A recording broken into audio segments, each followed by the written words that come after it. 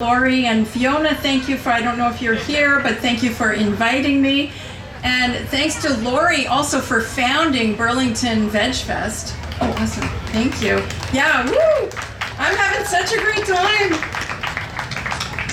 Raise your hand if you or a woman you love has started to have pain in, hands or stiffness in hands, painful knees, sore back, that you didn't have before your 40s. Yeah, it's super, super common. Now, raise your hand if someone has told you that painful joints are just part of aging, or they're from the weather. A friend of mine recently said, well, you know how it is. You now that we're at this age, you get off the couch and your knees just hurt now. And I thought, no, like as if it happens to everybody. But that is the story that so many women are told. About 70% of women, believe it or not, this is never talked about, right? Joint pain in menopause, in perimenopause, but 70% get new or worse joint pain during perimenopause. 45, so from age 45 to 55, when estrogen starts dropping and periods get wonky, and then also after menopause. The average age of menopause in Canada is 51 when periods stop. And joint pain around this time is so common that in a 2024 review article, the researchers gave it a name. It's called the musculoskeletal syndrome of menopause. So it's real, it's common, and it is not just about aging. I'm Dr. Vivian Polak, and for many years I've worked as a physician, a reproductive psychiatrist in BC and then Ontario, helping women with their mental health and addictions primarily during pregnancy, after the birth, around menstruation, and then in perimenopause and menopause. And I have no menopausal symptoms. I know I'm just an N of one, I'm only one person. But yeah, I have no menopausal symptoms like joint pain, hot flashes, etc. My energy is amazing, and I take no medications. Not because I just don't take them, but because I don't have any prescribed to me either. I don't need any medications. But it wasn't always this way. Like Lori said, in 2010, I was faced with my own health crisis. And there was a chance that my very high blood pressure, 220 over 114, could be caused by cancer. And so with 3 young kids, I'm like, I am so not ready to go. And thanks to that happening to me, I discovered the incredible healing power of nutrition and lifestyle. I learned of a researcher in Montreal, actually, who was sprinkling food bits on petri dishes of different cancer cell lines. So he'd sprinkle broccoli bits and meat bits, and some of them, all the cells would die, all the cancer cells would die. And in other ones, tumors would grow. And it's like, what? No one taught me in over a decade of medical training that food had anything near this kind of power. And what helps cancer helps all kinds of chronic diseases. So naturally, I wanted to tell all my colleagues, right? For sure, they'll all want to know this, right? But none of them wanted to listen. And so I just felt like I was sitting on this world secret, and I had to share this information with basically anyone who would listen. So I started creating my own informational sessions, and I just emailed some friends and neighbors and a few colleagues. And the 12 people who showed up, the very first question at the end, and I shared all the science that convinced me to eat this way, and my husband, and now our kids, and started giving this at the start of the pandemic. And to my surprise, the very first question is always like, okay, I'm convinced, like, how do I start though? Like, what do I do? And I had nothing prepared for that. I was like, oh, breakfast, eat this, lunch. I had nothing prepared. I just wanted to share the information that, guys, you can do this. Like, this is a thing, and there's buckets of science, thousands of studies, all saying the same thing. And so when they wanted help, I thought, okay, my husband and I chatted, and we eventually decided, let's start a not-for-profit to support women in a community membership, primarily to help them improve their health with food and lifestyle, but first food. Now imagine waking up and learning that one of the biggest villains behind joint stiffness and pain weight gain, fatigue, insomnia, all of these symptoms that women experience in perimenopause wasn't hiding in your DNA. They weren't hiding in your DNA. It was sitting quietly on your plate. And what if healing begins in the kitchen, not in your doctor's office? Remember scraping your knee as a kid? You know, you get up and within days, the skin has healed right over. Your body is programmed to heal. Your body hasn't forgotten how to heal. It just needs the right conditions. And most of all, it needs the right food. So why do joints hurt in menopause? Well, there are several reasons. The first is estrogen is not just about periods and pregnancy and hot flashes. Think of estrogen as your high-performance engine oil. It keeps joints lubricated and it keeps inflammation turned down. There are actually estrogen docking stations or receptors all throughout your joint space, all through your cartilage, your joint lining, your tendons and ligaments. So when estrogen drops, you lose that lubrication. The joint fluid thins and the cartilage dries out, so you get this friction and pain. Then there's also, you get stiffer tendons and ligaments because repair is slower and you get these tiny tears. And then there's what some people call body-wide inflammaging, this low-grade, slow, everyday level of inflammation. Picture driving a car where the good oil is draining out while the rust builds up. You don't need a whole new engine. You need to clean out the rust and put the good oil back in. And the good news is the right food does both. So as estrogen falls, the body loses its natural brake on inflammation and the joints basically catch fire, so to speak. But there's more to this than estrogen alone. And this is where men also share in the pain too.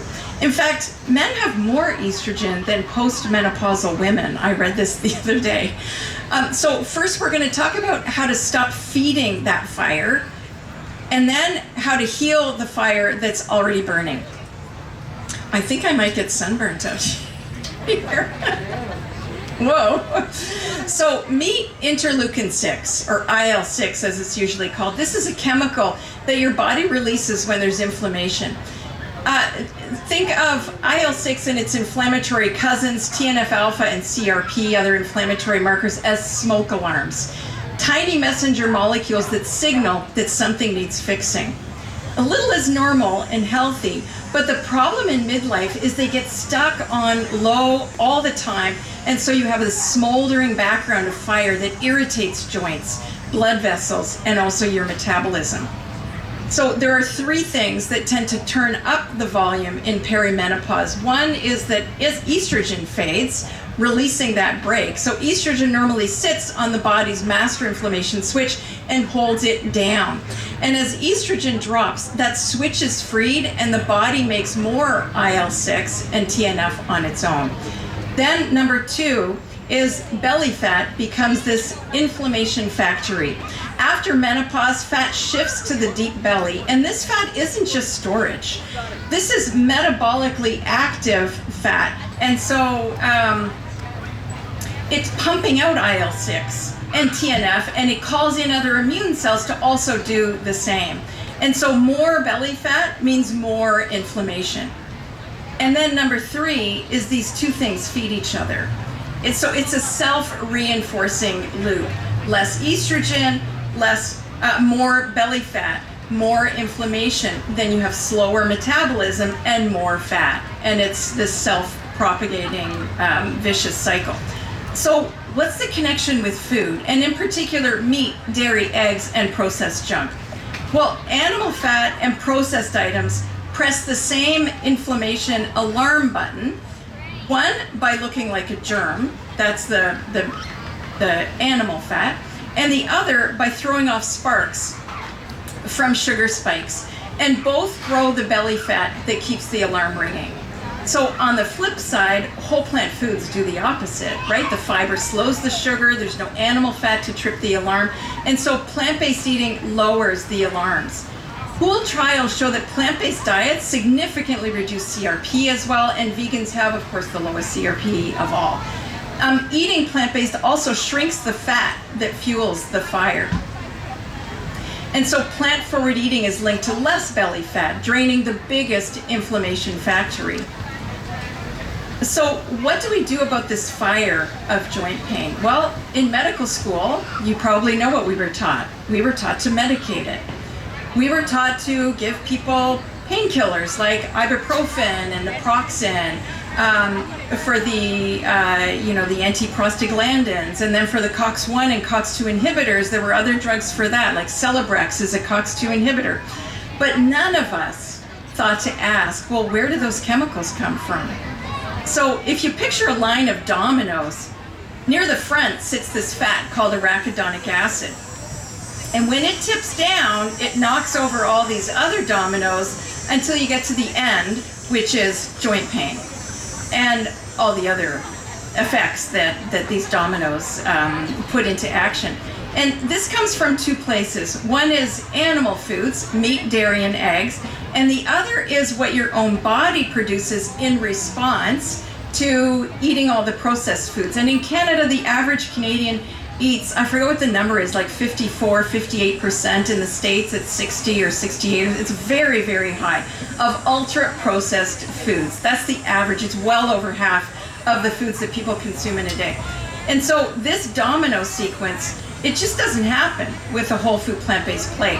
There's vastly less arachidonic acid and far less omega-6 in these foods as well. So why do we spend all our effort in medical training at the end of the line? Why don't we work at the front before all the dominoes fall? Instead of just mopping it up at the end with pain medications, just take dominoes off the front by stopping the meat, dairy, eggs, and processed stuff from coming in the first place. Most of us in the West eat far too much omega-6 fatty acids and nowhere near enough omega-3s. And so loading up on omega-3 plant foods helps tip the whole balance back toward calm. And now let's help heal the rust that's already in there. So the omega-3 pathway, that's your body's recipe for fixing that. It takes basic omega-3 building block from plants called ALA, or alpha-linolenic acid. This you can find in abundance in ground flax seeds and chia seeds, and also in walnuts. And it reshapes it step by step down the pathway into the strongest omega-3 fatty acids that most of your cells use, and that's called EPA and DHA. You may have heard of that because there's supplements that people take. Recent information actually came out that we're actually better off without the supplements, but we can get to that another time. From those, your body basically makes these little peacekeeper molecules that help calm inflammation and repair the tissue. There's two really important notes on this, though. One is, your body only converts a modest amount of the plant building block into those strongest forms, the EPA and DHA. And so the biggest win from plant omega-3s actually comes from rebalancing that whole omega-6, omega-3 ratio, giving your cells the raw materials they need. So the deepest healing doesn't come from just taking one extra seed. It actually comes from the entire pattern, flooding your system with plants while ideally pulling out the animal foods, or at least most of them, that feed the fire, and the processed stuff that feeds the fire. And that pushes the pathway towards making more omega-3 fatty acids. An easy way to picture it is this: food is the raw material. Your liver is the factory that builds all the strongest omega-3s. And then your cells all over your body, trillions of cells, are where the finished product gets to work. So omega-3s, this EPA, they're in all of our cell membranes, lining all our cell membranes, and they're super important for having optimal health. They're also needed for immune system and lots of other things. Okay, so before we get to some studies on the power of food for your joints, one quick idea that I want to make sure is clear is this difference between what's correlation or association and what is causation, and what's the kind of study we need to do. So someone once found that the more margarine people ate, the higher the divorce rate in that place. So does margarine cause divorce? Of course not, right? It's like peanut butter and jam sandwiches. they're often found together, right? But spreading peanut butter doesn't make jam appear, right? Peanut butter does not cause jam. And so that's why we do the kind of study called randomized control trials. We take a bunch of people in, we randomly assign them to different groups. One is the treatment group and one is the control group. Sometimes there's more than two groups, and we see what happens. And so does eating whole food plant-based actually reduce joint pain? And the trials say yes. So the Plants for Joints study in 2023, Dr. Wal Robinstein and her colleagues in Amsterdam ran a 16-week randomized controlled trial in people with both rheumatoid arthritis and osteoarthritis.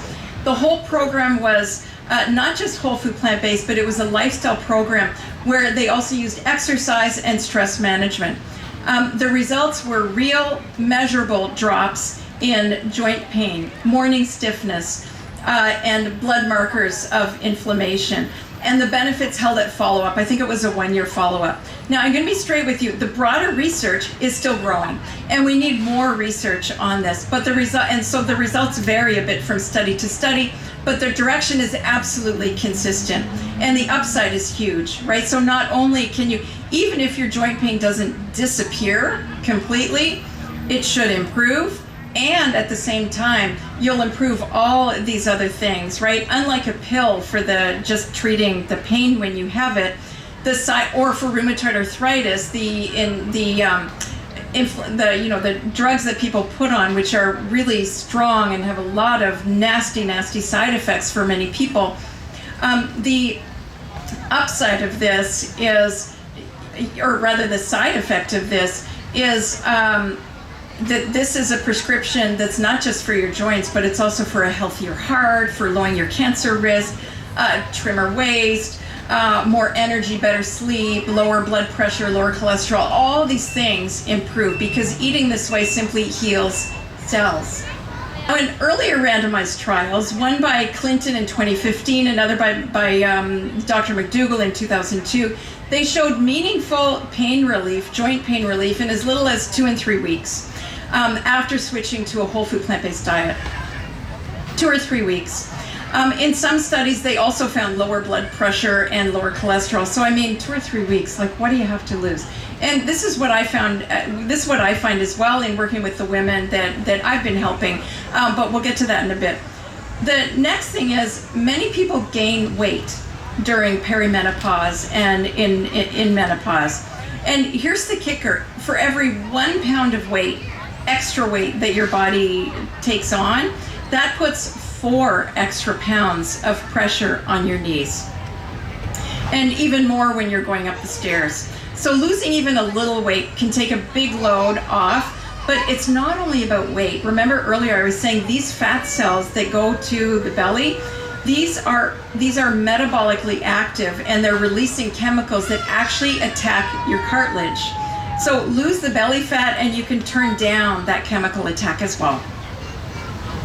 Next is GLP-1. So I think everyone has probably heard of Ozempic. Does everyone know about Ozempic? Yeah, I'm seeing a lot of nods. Yeah, probably have to live under a rock to not know about Ozempic these days. This is a GLP-1 diabetes drug, but it's often used these days in a lot of people for just weight loss. But your body makes its own natural GLP-1. And when you activate your body's own GLP-1, it doesn't come with any side effects. There's no additional cost because it's not a drug. And do you know what switches it on the best? Plants. Plants switch on your GLP-1. There is another thing that switches it on actually, but I don't know if most people would want to do this, cold plunges. But you have to do like 2 hours in a very cold bath for it to start taking effect, and do it frequently. So like, I don't know, I'm not really into that. But plants, delicious, easy, and they work really well. So while plant fiber travels, it goes through your esophagus, your stomach, travels down the whole, small bowel, it gets to the end of the small bowel. It's called the terminal ileum or ileum. And when it gets down there, it actually releases GLP-1, sends a signal all over your gut, And it says, slow down, slow down the motility, right? Your gut is always doing this pumping thing. It's called peristalsis. So it's always doing that, and it's saying, slow down. We're full from tip to tail, so you need to slow down. It also sends a message to the brain to say, hey, tell her we're full. Tell her to stop eating. Release the more satiety hormones to tell her we're full. And stop the hunger hormone like ghrelin. And so when this gets down to the ileum, then you stop being hungry. And processed foods are already completely stripped down, right? So there's nothing left for your gut to work on. So processed foods never get down to the terminal ileum. They're absorbed way up high in the duodenum, like basically right after they're dumped out from the stomach. And so they never flip that switch. Meat is kind of similar. They did a randomized study comparing a plant meal to a meat meal, and they found that the plant meal, I think it was a meat burger versus a plant burger, and the plant burger turned on 40% more GLP-1 than, like your body's own GLP-1, than the meat burger. So plants tend to turn on this ileal brake more effectively and increase our GLP-1, activate our GLP-1 than meat meals. So the key takeaways so far: 1, estrogen drops during this time when we're 45 to 55 and then stays down, right? So we lose its natural anti-inflammatory and joint lubricating effect that we've enjoyed for decades. 2, there's arachidonic acid from animal foods, from ultra-processed foods, plus that extra, the excess omega-6 from our body creating it from the processed junk and some added oils, and that feeds the fire. 3 is plant omega-3s help rebalance the fats and supply building blocks to calm and repair. So remember, that's chia, flax, walnuts. They're in lots of foods, but these are the foods that they're particularly high in. Now, if you have breast cancer and you're being told not to eat flax seeds, we can talk about that in the Q&A or at the booth at the far end there. But the 4th one is greens. Greens are kind of like the elixir of life. Greens and other whole plant foods powerfully trigger your own GLP-1 by other mechanisms as well, but we won't go into that. Next, I want to tell you about some real women. Valerie had arthritis for 10 years. And by the time she came to me, it was severe. So just all her pain scores before we started were all 6, 7, and 8 out of 10, with 10 being the worst pain. Just getting off the couch in the evening caused her 8 out of 10 pain. She'd stopped going to the beach near her house because it meant walking down 30 steps. She'd stopped lifting heavy things and riding her bike, other than an e-bike. She'd stopped running, and stairs were really hard. So on day 19, she wanted me to put her on the most healing protocol I knew, and I was like, great. So on day 19, she actually sent me a text to say, I can't believe it, but I got up last night, so day 18, I got up last night and I had no pain. And I'm like, what? That can't be possible. So I phoned her and I said, you have no arthritis pain? And she said, no, getting off the couch, 0, no pain. The other pain scores were all down from 6, 7, and 8 to mostly 2s, and there were a few 3s. So in 18 days, she significantly reduced her joint pain. Then she kind of fell off the wagon a bit, stayed plant-based, but ate some off-plan foods for a bit, and she said, my pain has kind of plateaued. And I was like, well, I think you just need to do that protocol for another couple of weeks and see what happens. So then she did, and by week 8, she was alternating running and walking, completely pain-free. And a few months after that, she's like, I asked her how her arthritis was. She said, no, it's basically a miracle. I have 0 pain, not a twinge, nothing. Then there's, and the other thing is, not only was it her joint pain that improved, but her mood got better, her anxiety got better, and her energy was just through the roof. Meanwhile, she's a teacher and would be, all through the morning, she'd be getting coffee after coffee, going to the teacher's lounge just to sort of keep her eyes open. And she's like, I don't even need coffee anymore. Greens are better than coffee. Raylene joined the Women's Health Up community when she literally couldn't turn a doorknob without pain. She also couldn't open jars, but I mean, sometimes a lot of us can't open jars, not because of pain, just because they're hard to open. She also had Hashimoto's, and that was actually her big reason for joining the Women's Health Up community. Hashimoto's is an autoimmune thyroid disease. She'd had it for 20 years, and she had a big goiter, a big painful lump in her neck that made it painful for her to swallow. She also had pre-diabetes and a number of other health concerns. So in week 1, her long-standing, I forget if she said it was 15 years or lifelong, but anyway, her long-standing constipation, gone by day 3. Her acid reflux disappeared also in the first week. By week 3, the big goiter in her neck, gone. I'm like, what? 20 years of this large lump in her neck that caused her pain to swallow disappeared. She also, the hand pain, completely gone in the 3 weeks. And at 3 weeks, she was down 15 pounds. Over the next few weeks, she was also told she had to start decreasing her thyroid medication because her thyroid had started to come back online. And soon after that, like, her fatigue got better, her pre-diabetes was gone. What else? Her blood sugars normalized. She started sleeping soundly. Energy was great. She also had a rash that wouldn't go away even with the medication her doctor gave her, completely gone. So the key message here is your cartilage, your joint linings, and all your cells, trillions of cells in your body, they're all alive and they're constantly rebuilding. So change the environment around them and they respond.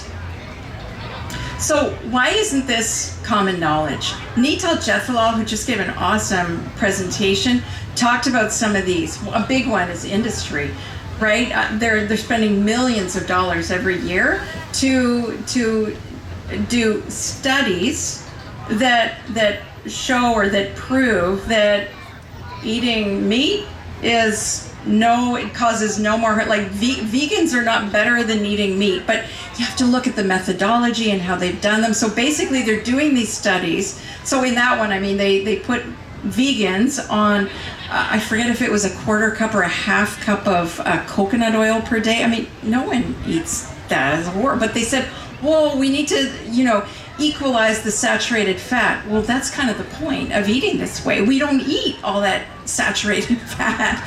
So you have to be really careful reading some studies that are sponsored by industry. But follow the money. As Bill Maher put it in that movie, if you've seen the movie Forks Over Knives, that documentary from years ago, great movie. He said there's no money in healthy people and there's no money in dead people. The money is in the chronically sick, right? So meat, dairy, and egg industries, the processed junk industries, and pharmaceutical industries. As well, there's subsidies, right? Subsidies make animal products cheap, while berries and greens cost an exorbitant amount in comparison. Another one is a big one for me as a physician is this is just not taught to doctors.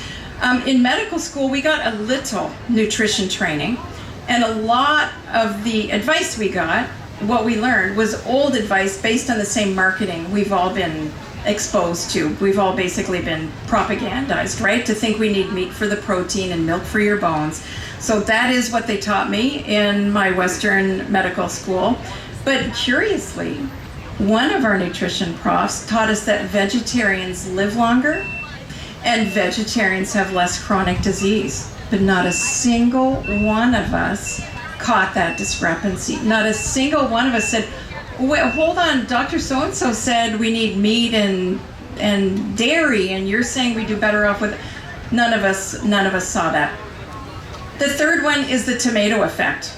For centuries, North Americans believed tomatoes were poisonous, while Europeans were eating them every day as a staple.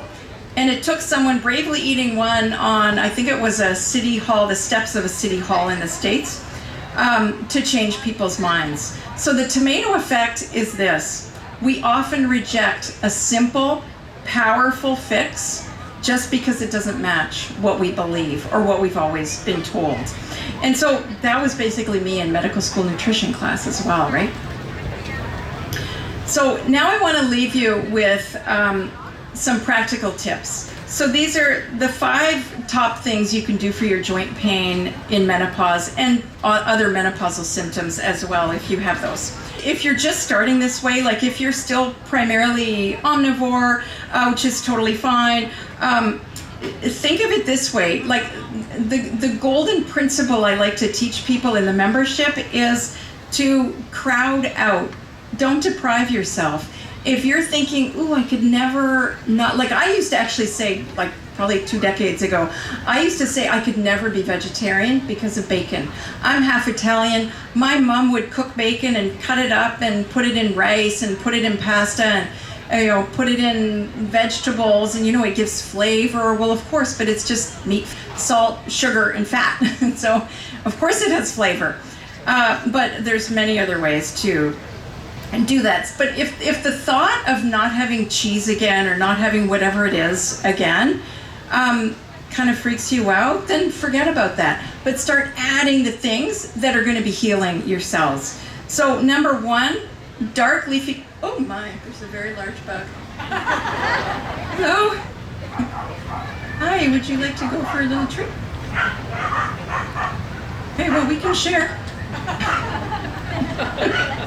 1, dark leafy greens and berries. Kale, spinach, blueberries, blackberries.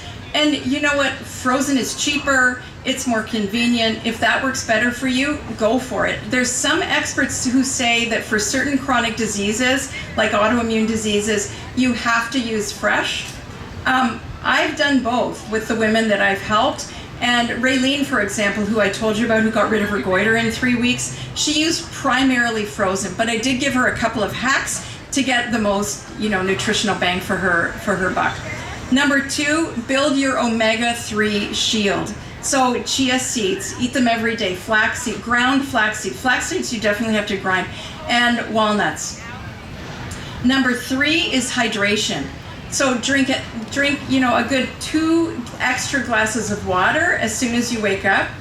And I recommend drinking at least 10 glasses of water a day. For reversing some diseases, you do need more than that, but in general, I think most people, if you drink, at least 10 glasses of water, aim for that, that's going to be pretty good. Number 4 is some anti-inflammatory boosters. So turmeric, especially with black pepper, because it just helps it work a lot better. We can go into that another time if you want. And then fresh ginger and garlic. And the last one is add some protective phytoestrogens. We haven't really talked about phytoestrogens yet, but you can get them in a lot of plant foods, but they're highest in soy foods, which are super protective. So whole soy foods, so edamame, tofu, tempeh, soy milk, super healthy. If you have breast cancer or you are worried you might get it because of a family history, we can talk about that in the Q&A or come to the booth and we can chat. That's like really old science that recommendation is based on. It's actually protective. Cancer societies are also recommending soy. So now in closing, one of the members, I met with the members on Tuesday, and one of the members in the Women's Health Hub community, Christine, wanted me to share this with you. She said, I want you to tell them that once I started, she said, it's like I got greedy for more healing. The more changes I made, the better I felt. My Hashimoto, she also had Hashimoto. She said my Hashimoto's antibodies completely normalized, all 3 of them. My chronic pain eased, and I can do so much more in a day now without fatigue and without pain. And she also had migraines. She said now it's also second nature to eat this way, and it's even exciting because it's like, what else is gonna get fixed, right? So one message I also want to leave you with is you don't have to do this perfectly, and you don't have to do it overnight either. Tomorrow morning, add one thing. Add a spoonful of ground flax, a cup of greens, a handful of berries, and then add another thing. That's how it starts. Add a tablespoon of beans. So menopause is not the end of your vitality. In fact, it's the beginning of your power phase. You deserve to walk, dance, hike, play, and live your lives pain-free. And it can begin on your very next plate. Thank you.